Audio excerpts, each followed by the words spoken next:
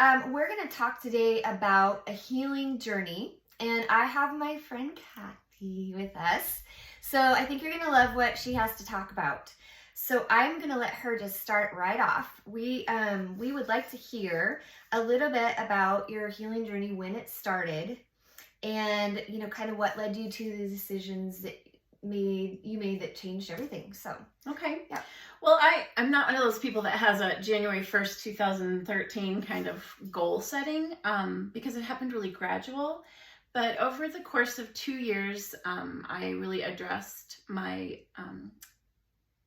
relationship with food and felt very convicted about being the temple, and that I wasn't treating the temple that God gave me very well. So it was a long journey, and I don't know that I've arrived yet, quite honestly. It's a lifelong journey. It really is. Like everything. Like everything. So what do you remember as far as what occurred that caused you to realize you wanted to change everything? So I was in my skin and very uncomfortable. Like, when you wear a tight pair of jeans and you just feel uncomfortable all day, my skin felt uncomfortable head to toe. And I also had been binge eating for several years without even knowing what it was. And I would walk around with the guilt and shame of all the secret junk I was eating. And I lived alone for the last 3 years, and I was still secret eating, even though I lived alone. And that was kind of the why nobody cares. But I still had the shame around that. So I really had to address the whys. That's where it began, I think, was the shame and the guilt and the uncomfortableness of who I had become. I started with my relationship and found a counselor that really dealt with eating disorders. And I spent about 6 months there and journaling and answering hard questions and talking to my past self and talking to my future self, and just trying to understand why I had gotten to that position mentally and emotionally with food. And a lot of it, unfortunately, was how I was raised. My mom was very obese, probably 400 plus pounds because of her own childhood stuff. But we celebrated with food. We mourned and grieved with food. We were rewarded with food. Everything was surrounded with food. And if you clean your plate, you get dessert just for fun. So food had become emotional and not fuel. And just knowing that was probably the beginning. And so when you started going to therapy, is that when you realized that like you saw that pattern and it wasn't healthy? Did you notice that pattern before? Did you know that was not a healthy, like that would bring bad health? You didn't? No, not at all. That was, it was, how we're raised is very much a foundation of who we are. So I had to relearn what the purpose of food was. And I've done a couple Daniel fasts through that, which really is back to group basics, grains and oats and fruits and vegetables and honey and nuts and just the way God made food. Right. So that was a new lens for me, was God didn't make the Snickers bar. Right. Or all the preservatives they put in it. Right. But he made the nut, and he made, the cocoa bean, and he made all of those things. So just viewing them differently, it was huge. It was a huge turning point for me. And so you told me that you went to the doctor one day, and that was like a huge eye-opener, because what did the doctor tell you? Well, it was silly. So I don't know how much I weighed at this point. I'm guessing about 250 pounds. But I had a hangnail that wouldn't heal, like 5, 6, 7 days. Yeah. And it was infected and it wouldn't heal. And I'm like, this is weird. This is not normal. So I went in and she tested my glucose, and it was extremely high. And she said, I don't think we can deny this. You are diabetic. And so that was absolutely the catapult of major life change. What the heck? Yeah. Which was kind of good timing with everything I had been dealing with emotionally, and my doctor knew that, so she just kind of joined in on it. And unfortunately, you're stuck with that diagnosis forever. But it was kind of what got me really going on a major life change. Yeah, because you didn't want to go down that path. Yikes. Okay, so you started therapy. So what were some steps that you kind of identified in your mind that you were going to take? Were you already changing what you ate and the way you ate when you were in therapy, or were you just doing the therapy at first? Or No, that was what was cool about this therapist was she would have me set goals, like buying ice cream sandwiches and putting them in the freezer and not obsess about them, because before, if I knew they were in there, I couldn't think of anything else, and they would be gone within 24 hours. So the goal was to leave them in there and reward myself with one on Friday. Instead of one whole package one night, she had me just learn a little bit of self-control. Okay. So she was great. She encompassed the whole body with this, and she was a Christian therapist, so she really kind of got that too. Yeah.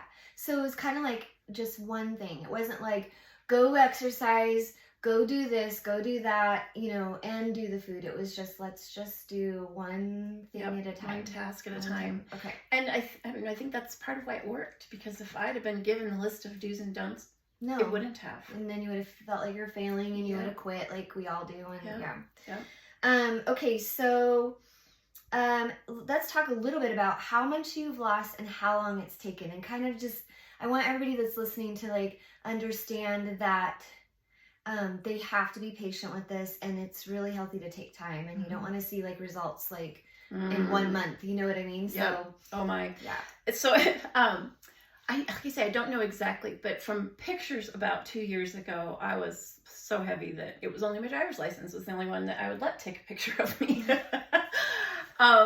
And so that's about 2 years ago. And when I started measuring weight with the doctor, I have lost 80 pounds, and it's 2 years over 80 pounds. Right. So it could have even been more than that. That's just when my doctor started measuring. Oh yeah. Yeah. Well, and you're not really concerned with the numbers. Like, that's the only reason you probably know how much it is because that you're more like paying attention to your body. Yeah. And, oh, for sure. And how I feel. And noticing how things fit differently, or having to go down sizes or whatever. Yeah. Yeah, that's new. I can shop in anywhere, any store, and that's brand new. I used to just buy something because it fit. Now I can buy it because I like it. Yeah. And so, this is a new way of life, for sure. This is like a life change. And I think that because you've taken 2 years to do it, it actually is a life change, and not just a teeny habit, or something that was trendy, or, So, talk a little bit about, do you ever notice that like an old habit tries to creep back in? And if so, was that a lot in the beginning and now it's not as often? Or like, talk about that a little bit. It's not as often, but it certainly is still there. With different emotions, like being lonely or bored. Those are my two big eating ones. That if I'm lonely, let's bake cookies, and that will give me something to do and something to focus on, and then something to enjoy. So I still battle with that, but taking the time to say, why do you want these cookies? What's behind it? And why don't you go do something else instead? So the battle is still there. I don't know that it will ever go away. But the control, the self-control has grown, and knowing those emotions, identifying those emotions is easier. And one thing that I've saw you do, because we're around each other, and you've told me about, is portion control. And you don't like count your calories or measure your food or anything like that. But like, if you could give someone else advice on how to start that, and like what that looks like, and wrapping your brain around what's a normal portion. Like, we don't need all the food on, so talk about that a little bit. What's normal in America is embarrassing to the rest of the world. Our portions are out of control. So once I kind of got my stomach in a normal shape, because your stomach shrinks and expands. So once I got it back down to a normal size stomach, and got some self-control in place, I didn't restrict myself from anything, because when you say you can't have white flour, all you crave is white flour. If you can't have sugar, that's all you want. Yep. So I learned this about myself, so I don't restrict myself. I don't have it in the house, because that just makes it easier for me to be at home. But if I go to a birthday party and they're like, here's a piece of cake, I'll take the cake and I'll eat 1 or 2 bites, and then I put it down. Because I don't want to be the, are you on a diet? I don't want that attention. I just want, here's the cake, happy birthday, and it's good chocolate cake. But I've read articles about you only get that taste endorphin and that pleasure from the first 2 or 3 bites, and then you just are eating to eat. Okay. So if you eat 2 or 3 bites and you just kind of savor the taste and enjoy it, that's all you really need mentally. Yeah. So if I go someplace that has chicken fried steak and mashed potatoes, I'm going to eat that, but I'm going to eat a third of what everybody else cut the eats. steak in a third and eat a little bit. And take the rest home for the next night. Exactly. A lot of leftovers in my house. Yeah, exactly. And then one thing also I thought about that when we were talking about steps, I know you did, like, I don't know if you called them accountability partners, but I know you did it because you talked to me about it, and I know you talked to several people. And you kind of let us in on, hey, I'm talking to a therapist about my relationship to food, or you were really specific with me, like, I am trying not to eat fast food anymore, and I want you to comment. And we have kind of a fun relationship, so I could go in there and be like, excuse me, what is that on your desk? Yep. You know, and it wasn't like mean, but it was just bringing attention, I think, right? For sure. Yep. Are you sure you really want to eat that? Like, I didn't say that to you. No. That's your choice. But what other accountability, like, partners, like, how did you do that and set that up? And I didn't think a whole lot about it. I think I was just having conversations with people in my life about where I was at and what I was working on. I know that fast food was an addiction. It's easy, it's quick, it's most of the time yummy. Yeah. But when you look at all of the fake preservatives and stuff that are in there, it's so bad for you. Yeah. And you eat it, and then you're hungry in an hour. Yep. So I think just having that conversation with you, and it's like, I just need to stop it. And you're like, well, then I'll just notice when you have it. So it's kind of, we got there together. Yeah. Soda was another one. I cut out soda completely. Because if you read articles about what that's about, oh my goodness, not one good thing in it. Nope. So I think education was huge, and you're all about that. You're very knowledgeable. I love all that. I love knowing stuff and learning stuff. Yes. So I think that's why you were so the good one for fast food, just not even having it at my desk. Yeah. So, yeah. So, okay, so let's see. I want you to talk a little bit about all the new things that have come with the life change. So, some of them are funny. But, like, what are some, we'll do physical first. Okay. So, what are some physical things that you never really thought of until now you're thinner? And oh my gosh. Yeah. Well, I found a collarbones. I hadn't had them, apparently. My necklace got really long, and so I had to buy a shorter chain. Well, because your neck got thinner. You thought you had a fat neck. Like, I don't know. Little things like laying on my side and my knee bones clinking each other. Like, I used to have cushions in between there that it didn't bother me. It's just weird. Just things like fitting in the airplane seatbelt comfortably with some stretch. That before I almost needed the extender. And with all of that comes up, you're making success, you're making progress, you're doing okay. So lots of physical things, and the clothes is fun. And clothes is and mobility. You're telling me about. I can bend over, touch my toes. I can pull my legs up and like move full movement or something. I could never go like this. That's what it was. You could never go like that. That hurt to do this. Huh. And so I would sit like this. And so now I can be like, it's like, I can totally do it. And who would have thought that fat hands, that this would be uncomfortable? Yeah. And even just being lighter on my feet. And I know that sounds weird, but there's just a little bit more bounce in me because there's less to hold up, like carry. For sure. Yeah, sure. You're faster. That's right. Okay, what about, let's talk a little bit about emotional and spiritual. So how have those things changed along with the change? So the emotional and spiritual part was the most challenging and the most rewarding. I had what they call body dysmorphia. So I saw myself differently than other people saw me. I saw myself in the mirror and I was this monster with boogers and 5 eyes and like just horrible, ugly. And me and cameras, so it was like Satan was taking a picture of me. So I had to understand that I was made in his image, that he made me with this body, and that I wasn't a mistake, I wasn't wrong, I wasn't imperfect. I mean, and I got a tattoo to remind myself of Yeah. it, that I am made in his image, so I'm made how he wants me to be. At the same time, treating my body with regard that he made it, and that it is his temple. Mhm. So it was very much, I'm not one of those on the bandwagon of love yourself. It's seeing myself how God sees me. Mhm. That's what I have learned. And that I'm precious in his eyes and uniquely and wonderfully made. Mhm. And that's really, really hard for Yeah. me to say. Well, I think it's hard for all of us, kind of. Oh, yeah. You know, we all have something That we we're don't just like. Absolutely. Yeah. But he sees us as perfect Mhm. children. Mhm. And yeah, he gets disappointed with us in some of the stupid things that we do. But he still made us, and we still are to be used by him and to Right. be loved by him. Right.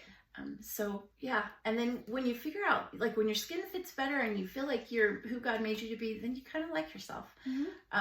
I'm not ready to say I love myself. I'm Mhm. not there yet, but I Mhm. don't hate myself anymore. Yeah. Yeah. I think loving yourself is a process too. Because, I mean, you might love parts of yourself, and then you might have parts of yourself you're like, oh, I don't know if I like that person. Right, for sure. And then let's talk about a little bit fun stuff with social interactions. Yeah, so it was about 1.5 years before people started noticing. And then I started buying clothes that fit, because I just couldn't wear the size 22 anymore. Yeah. And I was inundated with, you look great. How'd you do it? You've lost weight. How'd you do it? Oh my gosh. It's never you look good, period. It's you look good, and how. People want a magic pill. Yep. They want to, well, you just do ABC. Yep. And it's so not. And Right. I'm like, well, thank you, but it's been a long journey. And then they're like, well, have you reached your goal? I don't have a goal. It's a lifestyle change. There's not an end in sight. It's just, yeah. Yeah. You've met your goal because you've changed. Yes, absolutely. But I haven't arrived. No. I have not arrived. And I don't know that I ever will. And it may not Yeah. even be about size. It may be about, where I'm emotionally. But yeah, people are, and then there's some people that get a little angry that you're thinner than them, and they'll make comments. It's just been interesting. Mhm. And what it's shown me is we all have image issues. We all have image issues. And don't be mad at me, because I've worked really, really hard on getting to where I'm at. Because I promise I'm not going to make you feel bad about it. But if you want to hear about it, I'll tell you about it. It's my thing. I'm not shoving it down your, And it wasn't an easy process. It wasn't fun. No. And some people you said even were like, are you healthy?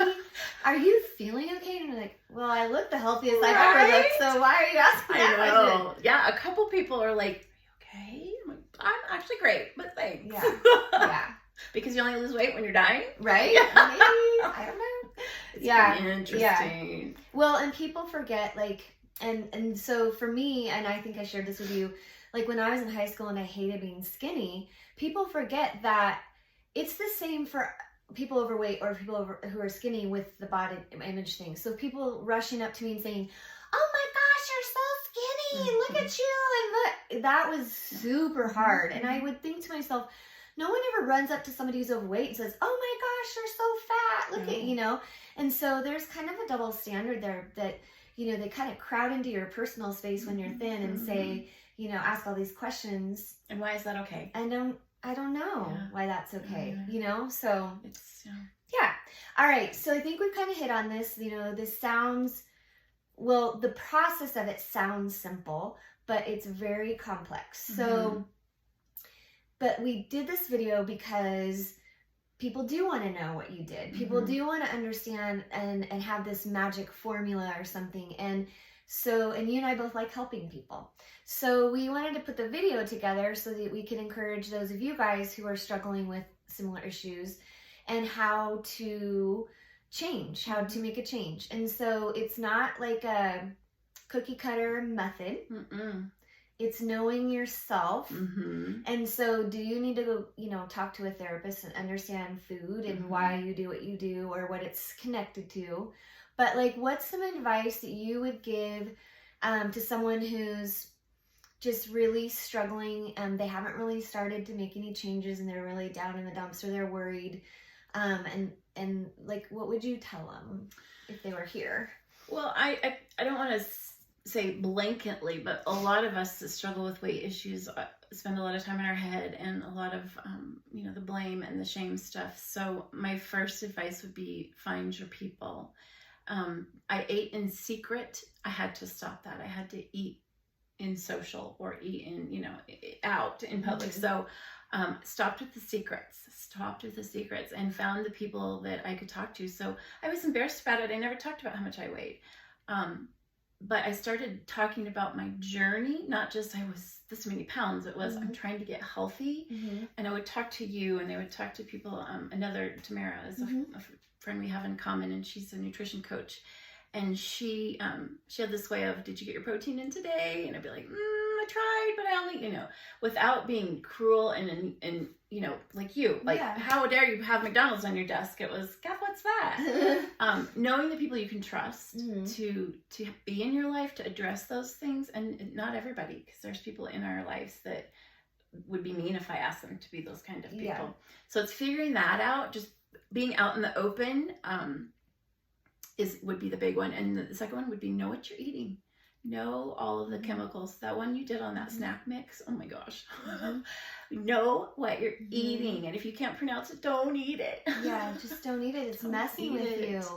And, some people will say to me, well, you hear those things like, well, we only live once, or, well, everyone's going to die. And at first I didn't know how to respond to those. And, they are kind of deflecting statements, but, I want to come back and say, well, yes, we're all going to die. And yes, we only live once.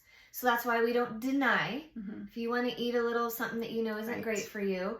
But if you want to live your life and feel good most of the time and have energy and be able to do things up into your 80s or whatever, and and life is really rewarding. I mean, life is always hard, but it's also rewarding. Then wouldn't you then why aren't we taking care of ourselves? Because if we eat all that stuff, whether we're overweight or not, we're going to have all kinds of diseases and problems when we're older, and we're not going to feel good, and we're not going to enjoy life, and we're not going to appreciate it. We're going to wish we weren't living, So that's kind of my philosophy. Oh, I think all of the fake stuff takes its toll. I mean, I have so many skin allergies. Everything I'm allergic to is synthetic made. So I had to get back to basics of how emu oil and frankincense the way God made them. So yeah. So okay, last piece of advice is for those who are already on this journey or have been trying, and you touched a little bit on it being lifestyle. So help them wrap their brains around not having this goal in sight and being focused on the right thing. So how do you? Well, first is it doesn't happen quick. It just doesn't. And I tried diets so many times, and after week 2, you haven't noticed anything. It's discouraging. So that's why my goal wasn't a certain weight loss. It wasn't a certain pant size. It was to be healthy. Okay. So you have to focus on that, not those things. And that's hard because it's the everyday we put our pants on and they're still tight.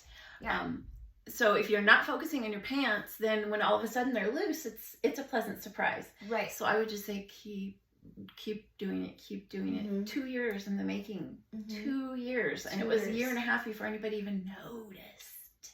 So you had lots of patience and faith, but that also wasn't your goal for other people to notice. So that's why it didn't slow you down. Right. And it was a lot. It wasn't just pant size. It was my relationship with food. It was me treating my temple right. It was eating healthy and so that's a good piece of advice. Like when you start to feel like you're failing at a goal, maybe stop and think, well, what is that goal?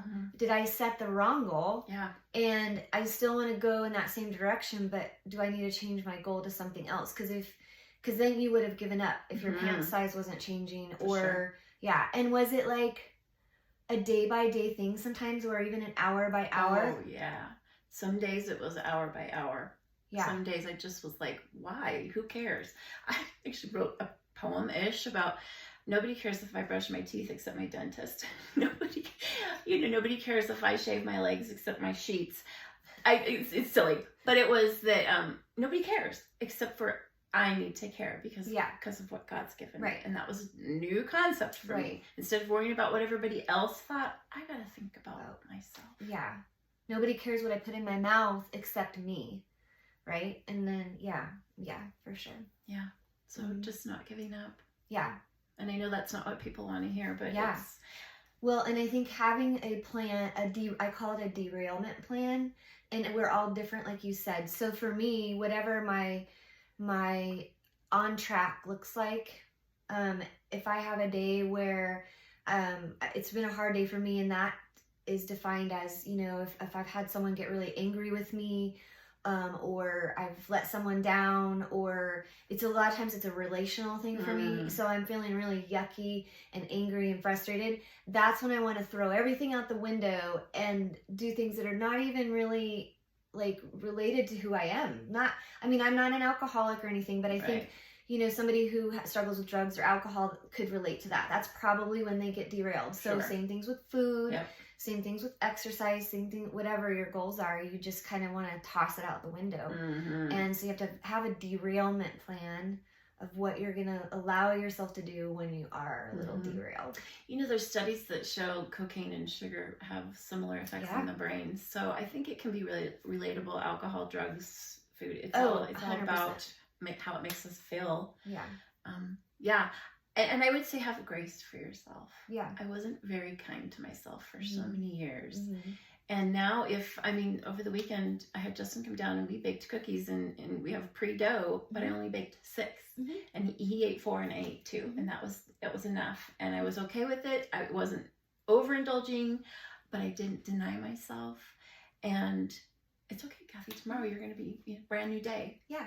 You can start over. So I think denying yourself is not the way to do it. But self-control is something I had to learn. And each day is a brand new day, so you just start out again, even if you failed the day before. Yep. Yeah, absolutely. Okay, well, we hope you like this. We hope it's helpful. And absolutely, you know, if you're looking for support or you don't know where to start, we're definitely not experts, but you can comment and we will help you in any way we can, and point you in the right direction, hopefully. So we can be accountability partners too. Doesn't matter if you're anywhere in the world. We could still hold each other accountable. So, well, thank you for listening, and we will see you later.